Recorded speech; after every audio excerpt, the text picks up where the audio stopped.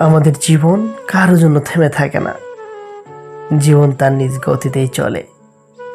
কেউ একজন আপনাকে ছেড়ে চলে গেছে, তাকে যেতে দিন। কেউ একজন আপনাকে অবহেলা করছে, তাকে অবহেলা করতে দিন। যে মানুষটি আপনার নয়, আপনি তাকে জোর করে রাখতে পারবেন না।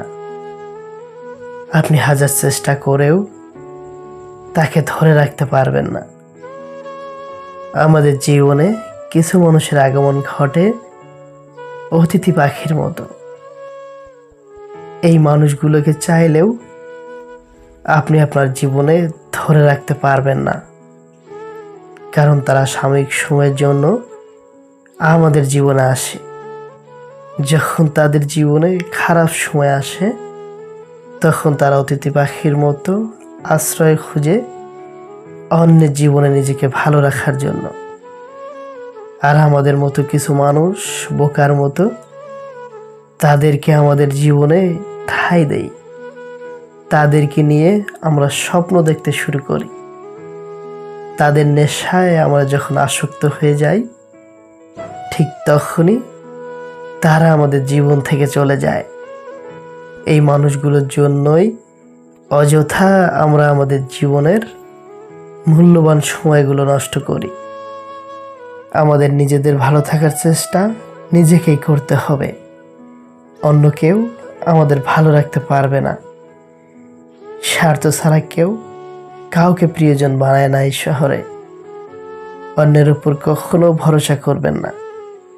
অন্যের কাছে কখনো প্রত্যাশাও রাখবেন না।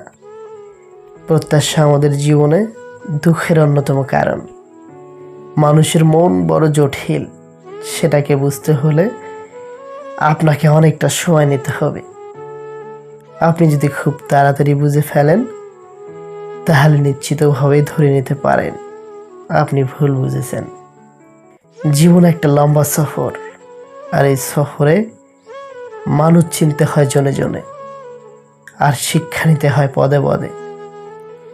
যাদের সময় দিতে গিয়ে নিজের সময়কে নষ্ট করছো, একদিন তারাই তোমার জন্য একটুকু সময় দেবে না। শুধু সময় নেই বলে অজুহাত দিয়ে চলে যাবে।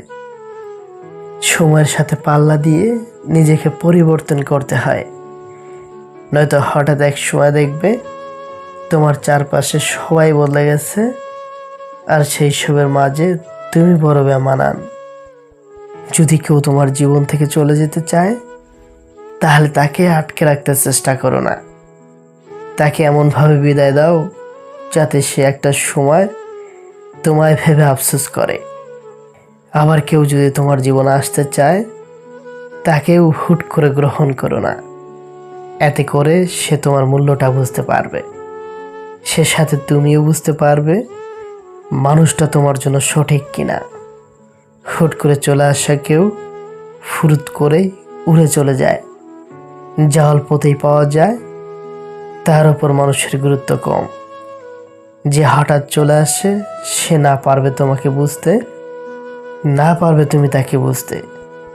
হঠাৎ চলে যাওয়া রাস্তাটাও তখন বের হয়ে আসে।